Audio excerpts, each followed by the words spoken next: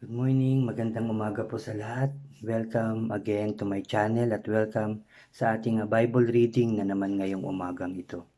Ngayon ay gagawin natin sa ating Bible reading ngayong umagang ito ay yung iba ay aking ikukwento na lang dahil ito'y nababasa ko naman bago kasi ako magumpisa ng ating Bible reading, binabasa ko na muna ito, no? Tapos inuulit ko na lang basahin sa inyo. Ngayon ay gagawin ko, nabasa ko na ulit kanina at ngayon ay ikukwento ko naman ng iba, pero may mga verses pa rin akong sasabihin sa inyo at bawat verse ay babanggitin ko para makasunod po kayo, no? Ganun po ang ating gagawin simula ngayon hanggang sa mga susunod ng ating Bible reading. Magiging parang Bible study na rin siya at Bible reading, ano. So, sabi nga dito sa chapter 32 ng Job, yun nga 'di ba, nag-usap silang tatlo at sumasagot ang bawat isa kay Job, ano. Ito sa pagkakataong ito, may sumagot pang isa, no? May nakikinig pa ng ibang tao pa sa kanilang mga pag-uusap. Sabi dito sa chapter 32 verse 1, hindi na nakipagtalo pa ang tatlong kausap ni Job sapagkat talagang iginigiit niyang wala siyang kasalanan. Samantalang may nakikinig noon sa kanilang pag-uusap, isang lalaki na nagngangalang Elihu. Siya ay anak ni Barakel, apo ni Bus na mula sa angkan ni Ram. Ngunit si Elihu kay nagalit, ano, sabi dito, no, ulitin ko lang.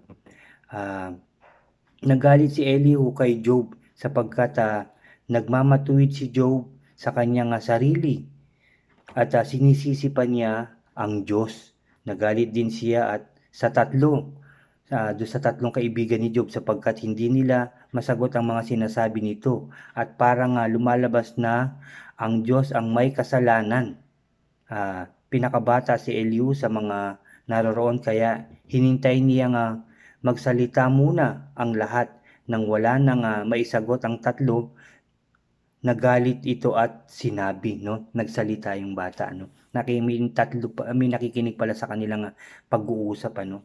Sabi ng bata, no? Bata ako at kayo'y matanda. Kayo, kayo, kaya kayo'y nag-aalangan ano, sabi niya. Ulitin ko na lang, ano? Bata ako at kayo'y matanda. Kaya ako'y nag-aalangan magsalita, sabi niya, no? Sabi pa niya dito sa verse 8, ngunit ang katarungan ay saan ba nagbubuhat? Di ba sa Diyos na makapangyarihan? Sabing ganon, di ba? Sabi nung bata dun sa sa verse 8, sabi naman dito sa chapter 8, chapter 33, verse 6, ikaw at ako'y iisa sa harap ng Diyos natin. Parehong sa putik tayo'y nanggaling, sabi niya. Sabi pa dito sa verse 8, ito ang narinig kong sinabi mo. Ako'y malinis at walang nagawang kasalanan. Ako'y walang sala at walang kasamaan. Di ba sinabi ni Job yun at paulit-ulit niyang sinasabi sa kanilang pag-uusap ng tatlo na kaibigan niya, no? Sinasabi niya at ginigiit niya ni Job na wala siyang kasalanan, no? Ulitin ko lang, verse 8, ito ang narinig kong sinasabi mo. O sinabi mo, ako'y malinis at walang nagawang kasalanan. Ako'y walang sala at walang kasamaan, sabi niya. Sabi dito sa verse 12 ng chapter 33, ngunit ang sagot ko na may nagkakamali ka, Job, sapagkat sa sino mang tao ay mas dakila ang Diyos. Bakit ang Diyos ay iyong pinagbibintangan na di marunong makinig sa iyong karaingan? Sabi niya. 14, magsalita man siya sa iba't ibang paraan, hindi pa rin natin ito lubusang mauunawaan. Verse 15, nagsasalita siya sa panaginip at pangitain at kalaliman ng gabi kapag ang tao'y nahihimbing. 16, ipinapaunawa niya ang kanyang saloobin nagbibigay ng babala sa kanilang pangitain. 17, nagsasalita ang Diyos upang sila ay pigilan sa paggawa ng masama at sa kapalaluan, no?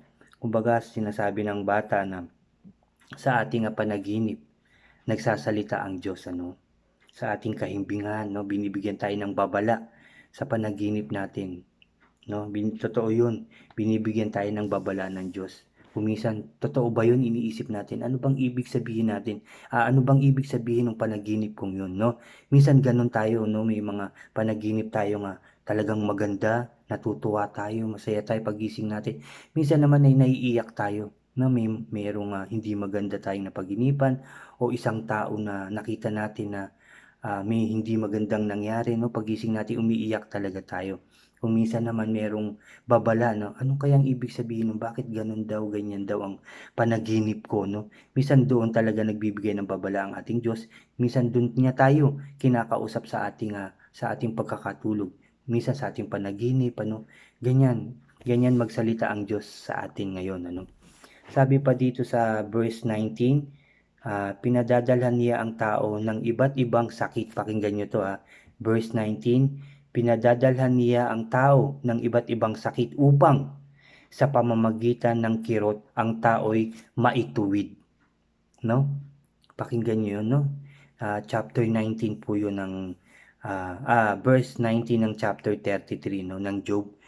Ulitin ko, no? Pinadadalhan niya ang tao ng iba't ibang sakit upang sa pamamagitan ng kirot ang tao'y maituwid, di ba? Kung kailan tayo nagkakaroon ng hindi magandang nangyayari sa ating buhay o karamdaman, ano, doon natin natatawag ang ating Diyos. Doon lamang tayo, kung minsan, ano, doon lang tayo tumatawag, Lord, tulungan mo ko, di ba? Lord, pagalingin mo ko. Lord, pagalingin mo po ang aking nanay. Lord, pagalingin mo po, di ba? Mga ganon bagay, di ba? Kaya tayo pinapadalan para tayo ay mas lumapit sa Diyos. Mas makilala natin siya. Mas hanapin natin siya ng buong puso't kaluluwa. Kaya tayo dumaranas ng paghihirap, kalungkutan o karamdaman. Kaya tayo nakakaranas nun upang tayo maituwid ng ating Diyos, mas lalo tayong lumapit. Pero kung minsan ang masakit, pagka naibigay na ng Diyos yung halimbawa tayo naghirap, ilang araw, ilang linggo, ilang buwan, biglang nagkaroon na naman tayo ng maraming blessings. Minsan nakakakalimot na tayo sa ating Diyos. Nagkaroon ng karamdaman, pinagaling, guminhawa, lumakas uli, no? Pagkatapos, naalala pa ba ang Diyos? Kung minsan hindi na, 'di ba? Okay na ako. Salamat Lord. Pero pagkatapos ng dahan-dahan na nakalimutan na ang Diyos. No, kaya kung minsan bumabalik uli ng mas matindi pa ang karamdaman na 'yon. Tatawag siya ulit. Papaalala ulit na ako. Nung gumaling kasi ako, hindi ko siya naalala. Nagkamali na naman ako. So ganun. So dapat sa tuwing makakaranas na tayo ng ganon kahirapan, karamdaman o anuman, lumapit tayo sa ating Diyos at hindi na bumalik sa ating kasalanan, no? At magpatuloy siyang hanapin, makilala, papurihan, pasalamatan at paglingkuran. Sunod naman dito sa verse 23. O baka siya tutulungan ng isa sa libong mga anghel na nagpapaalala sa tao ng kanyang mga tungkulin. Ito yung sinasabi ko, yung tungkulin natin talaga dito sa ibabaw ng mundo, no? Yung ating paglingkuran ng ating Diyos. Mahalin ang ating kapwa ng buong puso't kaluluwa, no? Magmahalan, magpatawaran at magpakumbaba sa isa't isa. Sabi sa verse 25, siya ay gagaling, muling sisigla, tataglayin muli ang lakas noong kabataan niya. Mananalangin siya sa Diyos at siya ay papakinggan, no? Yung pagbabalik natin sa ating Diyos, pagagalingin tayo, papakinggan tayo, no? Sabi sa verse 27, sasabihin niya sa madla, sa Diyos ako'y nagkasala, walang matuwid na nagawa, subalit pinatawad niya ako. Yun yung kapurihan, yung yung pagpapasalamat natin sa Diyos sa ating ginawa, no? Pinatawad ako ng Diyos, pinagaling ako dahil nanalangin ako ng buong puso't kaluluwa. Sumampalataya ako at nagtiwala ako sa Kanya. At sasabihin natin yun sa madla. Yun yung ating patotoo sa ating buhay, no? Na ginawa sa atin ng Diyos. Yun ang inaantay din ng Diyos na gawin natin, yung patotoo, yung pagbabago na ginawa niya sa atin, yung pagpapagaling, yung pagbigay niya ng napakaraming blessings. Yun ang pagpapatuo natin sa ating sariling buhay. Sa ibang tao, papatotoo natin yun na ginawa sa atin ng Diyos. Verse 27, sasabihin niya sa madla, yun nga, yung kanina, sasabihin niya sa madla, sa Diyos ako'y nagkasala, walang matuwid na nagawa, subalit pinatawad niya ako. 28, hindi niya itinulot na ako'y mamatay. Magpahanggang ngayon, ako'y nabubuhay. Hanggang ngayon tayo'y nabubuhay. Dahil lumalapit tayo sa Diyos, pinalalakas niya tayo, pinagbibigyan pa niya tayo, binibigyan pa niya tayo ng isang pagkakataon sa ating mga buhay. Kaya tayo buhay pa rin ngayon, malakas pa rin ngayon, tayo nakakarinig at nakakapagbasa ng kanyang mga mabubuting salita. Salamat sa Diyos. Di ba? Sabi naman sa chapter 34, verse 5, ayon dito kay Job ay wala siyang sala at katarungan ay pinagkait daw sa kanya. Verse 6, bagamat matuwid itinuturing na sinungaling siya. Ulitin ko lang, sabi sa verse 6, bagamat matuwid itinuturing na sinungaling siya at tinadtad na sugat kahit na walang sala. Yun ang daw ang sinasabi ni Job, di ba? Paulit-ulit niya yung sinasabi. Sabi sa verse 11 ng chapter 34, ginagantimpalaan niya ang tao ayon sa gawa. Ang iginagawad sa kanila ay iyon lamang tama. Hindi gumagawa ng masama ang Diyos. Totoo. Na makapangyarihan. Hindi niya kailanman binabaluktot ang katarungan. Di ba? Talagang kung ano lang yung ginagawa ng Diyos, yun ay tama. Ang ibinibigay ng Diyos sa atin ay yung nararapat at tama para sa atin. May mga kahilingan tayo na siguro hanggang ngayon hindi pa nabibigay ng Diyos. Hindi siguro yun talagang para sa atin at hindi yun makakabuti. Dahil Diyos lamang ang nakakaalam ng kung ano makakabuti sa atin. No? Ulitin ko lang. Verse 11, ginagantimpalaan niya ang tao ayon sa gawa at iginagawad sa kanila ay iyon lamang tama. No? Nagkasala tayo, may kabayaran. At yun ang tamang ibigay sa atin ng Diyos. Siya lang ang nakakaalam ng lahat, diba? Siya nakakaalam ng tama. Kung ano yung binigay ng Diyos sa atin, yun ay tama. Sabi sa 12, hindi gumagawa ng masama ang Diyos na makapangyarihan. Hindi niya kailanman binaluktot ang katarungan. Verse 31, Job, sabi ng bata, inamin mo ba sa Diyos ang iyong kasalanan? Inamin mo ba sa Diyos ang iyong kasalanan?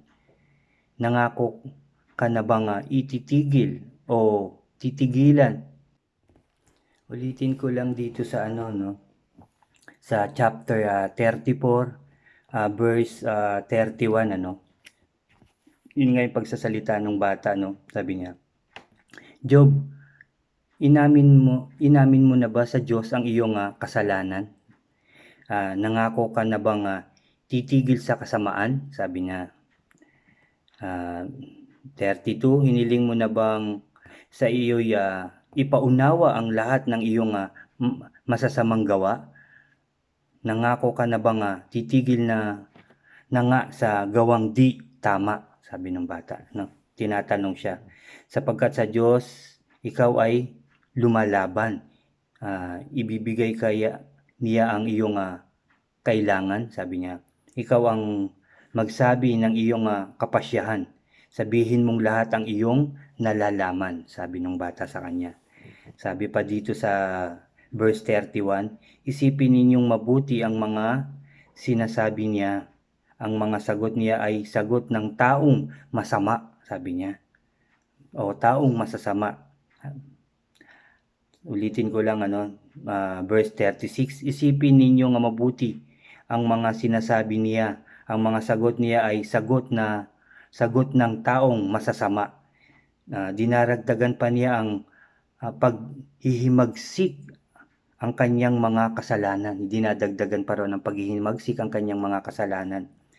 Tapos sabi pa, hinahamak niya ang Diyos sa ating harapan. 'Di ba yung pagsasalita ni Job ng kung ano-ano, 'di ba, na yung parusang yun ay binigay ng Diyos sa kanya, 'di ba? Sinisisi niya yung mga nararanasan niya, kinuha pa raw yung kanyang pamilya, pati daw ang kanyang mga ari-arian ay nawala, sinisisi niya ang Diyos, Kaya yun ang tanong ng bata sa kanya. Ulitin ko lang, isipin ninyong mabuti ang mga sinasabi niya. Ang mga sagot niya ay sagot ng taong masasama. Dinaragdagan pa niya ng paghihimagsik ang kanyang mga kasalanan. Hinahamak niya ang Diyos sa ating harapan. Yun ang sabi ng bata. Maganda yung sinasabi ng bata na itinuturo niya kay Job pinapamukha niya yung mga sinasabi ng tatlo at ni Job sa ating Diyos na yung sinisisi nga ang Diyos kung ano-anong mga sinasabi, di ba? At doon natatapos yung chapter 34 ng Job. So bukas 35 naman ang ating babasahin, chapter 35 hanggang sandali lang. 35 to 37 ng Job ang ating babasahin bukas ng umaga. Maraming salamat ulit sa pagsama niyo sa aking sa ating Bible reading na naman ngayon. 'Di ba? Maganda yung pagdating ng bata at pagsali sa kanilang usapin. Marami siyang ipinamuka kay Job na yun nga yung pagsisisi. At sinasabi mo pang wala kang kasalanan, sabi ng bata. Isipin mo yung mga sinasabi mo, sabing ganyan, at huwag ka nang gumawa ng masama. Tigilan mo na yung pagsalita ng hindi maganda, yung pagsisi sa ating Diyos. Sinasabi ng bata kay Job at dun sa tatlong kausap ni Job. So, marami na naman tayong natutunan. Maraming nalaman na naman ngayong umagang to at binuksan na naman niya ang ating puso't isipan sa kanyang mga salita, sa kanyang mga kautusan sa atin. Samahan niyo ulit ako sa ating panalangin ngayong umagang ito. Magsiyuko tayo at ihanda natin ang ating puso sa pakikipag-usap sa ating Panginoon sa langit. Hallelujah Lord, Hallelujah Jesus, Hallelujah Holy Spirit. O Lord God, maraming salamat po sa umagang ito sa pagsama niyo sa amin pagbabasa at pagbabahagi ng iyong mga salita, O God. Salamat sa pagkakataong ipinagkaloob mo po sa amin upang makarinig ng iyong mga makapangyarihang salita, O Diyos. Thank you Lord, thank you Jesus, thank you Holy Spirit, O God. Sa iyo ang kapurihan, O God. Salamat sa iyong kabutihan at pagmamahal sa amin lahat, O God. Nawa nga, Lord, maging matatag kami sa aming pananampalataya. Sa inyo kami magtiwala, O Diyos, dahil ikaw ang aming Diyos na makapangyarihan sa lahat, O God. Ibigay namin sa iyo ang aming mga nararanasan ngayon. Huwag mo kaming pabayaan, O God, sampu ng aming mga mahal sa buhay. Kami lahat, Lord, ingatan mo po kami. Turuan ng mga bagay na tama at laging palakasin ang aming mga loob, O God. Na ito'y dadaan lamang at lilipas din at magiging maayos ang lahat dahil sa iyong pagmamahal, O God. Dahil sa aming mga panalangin na iyong pakikinggan, aayusin mo ulit ang aming mundo. Magiging maayos, magiging masaya, magiging malinis, magiging ligtas, magiging masagana at tagumpay na tagumpay ang aming buhay at ang aming bansang Pilipinas, lalong-lalo na ang buong mundo, O Parigat. Dahil iingatan mo kami, aayusin ang aming mga buhay. Kami magmamahalan, kami magpapatawaran at magpapakumbaba sa isa't isa at gagawa ng kabutihan. Una, para sa inyo, sa aming kapwa at sa aming bansa, O God. Kaya magiging maayos na ang mundo, O God. Magsisimula na ito dahan-dahan ng mas maayos na pamumuhay na kasama ka namin, O God. Kasama ka na namin sa aming pamumuhay simula ngayong mga araw na to, mga oras na to, hanggang kami ay nabubuhay. Kami lalapit at magtitiwala lamang sa inyo, O aming Diyos, na makapangyarihan sa lahat. Thank you, Lord, sa pagkakataon na ibinigay mo sa amin upang kami lumapit sa iyo ng buong puso't kaluluwa na ikay hanapin namin, ikay kilalanin namin araw-araw. Salamat, Lord, sa pagkakataong ito. napakabuti mo. Tunay nga napakabuti mo sa lahat ng tao dahil binigyan mo pa kami ng pagkakataon, O God, upang hanapin ka at makilala ka sa aming buhay, O God, upang mas maging maayos, mas maging masigla, mas maging matagumpay ang bawat buhay ng tao. Thank you, Lord. Thank you, Jesus. Thank you, Holy Spirit. Pinaalala mo sa amin ang iyong mga salita, ang iyong mga ginawa noon hanggang ngayon, Father God. Salamat sa iyong kabutihan at pagmamahal sa bawat tao, O God. Salamat, Lord. Aayusin mo na ang aming bansa, ang aming mundo, O God. Nagtitiwala kami sa iyo at umaasa. We claim it, Father God, na tagumpay na ang labang ito. In Jesus' name, Father God. In Jesus' name, Father God. In Jesus' name. Salamat, Lord. Salamat, Jesus. Salamat, Holy Spirit, O God. And always, Lord, please always bless us all and guide us all, lalong-lalo na ang aming Presidente Duterte, Lord. Ingatan mo po siya. Huwag mo po siyang pabayaan, 10 ng kanyang pamilya, pababa sa kanyang mga cabinet members, Father God, sa kanyang kasama sa pamahalaan, sa kanyang mga mahal sa buhay, Father God, ganun din ang mga mayor sa aming bansa, O God, sa buong mundo, ang aming mayora, Arlene, Lord, ingatan mo rin siya. Huwag mo siyang pabayaan, 10 ng kanyang pamilya. Pagtagumpayin mo rin po siya. Ganun din ang mga scientists na gumagawa ng mga gamot, O God, para sa karamdamang virus na meron ng aming mundo, Father God. Ingatan mo rin sila at gawing maayos ang kanilang pamumuhay at mga gagawin. Ganon din ang mga doktor, nurse, pulis, sundalo. Lord, mga barangay captain, Father God, barangay tanod, O Lord, mga frontliners, ingatan mo po sila at kanilang pamilya. Hipuin ang mga puso't isipan nila, God, upang lumapit din at magtiwala sa iyo, O God. Lahat po kaming mga tao, lahat kami, Lord, 10 ng aming pamilya, kaibigan, kapitbahay, mga mahal sa buhay, O Lord. Lahat, Lord, hipuin mo ang aming mga puso't isipan. Patatagin mo kami at magmahalan, magpatawaran at magpakumbaba sa isa't isa, kagaya ng iyong kagustuhan. Nawa, your ways will be done, Father God, ang iyong kapamaraanan, ang aming gawin at manguna sa aming mga buhay. Thank you, Lord. Thank you, Jesus. Thank you, Holy Spirit. Tagumpay namin, sunod-sunod, O God. Thank you, Lord. Please always bless us all, ang aming mga tahanan. Ingatan mo po, lugar namin, bansa namin, O God, at ang buong mundo. Salamat, Lord. Salamat, Jesus. Salamat, Holy Spirit. Lord, pinupuri ka namin, pinasasalamatan, sinasamba at dinadakila, O Diyos, sa tanging pangalan ng aming Panginoong Kristo na aming tagapagligtas. Ang lahat ay magsabi ng Amen and Amen. Amen. Salamat pong muli sa umagang ito sa pagsama nyo na naman sa ating Bible reading at marami talaga tayong natututunan araw-araw. Salamat sa Diyos sa kanyang binibigay na pagkakataon upang tayo makarinig at makapagbasa sa lakas ng loob at talino na ibinibigay niya sa akin upang ma-share ko sa inyo ang kanyang mga salita. Kahit sa simpleng pamaraan lang. Salamat, salamat, mabuhay po tayong lahat. At God bless po sa lahat. Sa mga bago po sa aking channel ay mag-subscribe po kayo, i-like nyo po ang ating mga videos at i-click nyo na rin po yung notification bell para updated po kayo sa lahat pang mga video kong i-upload. Salamat pong muli. God bless po sa ating lahat. Salamat po.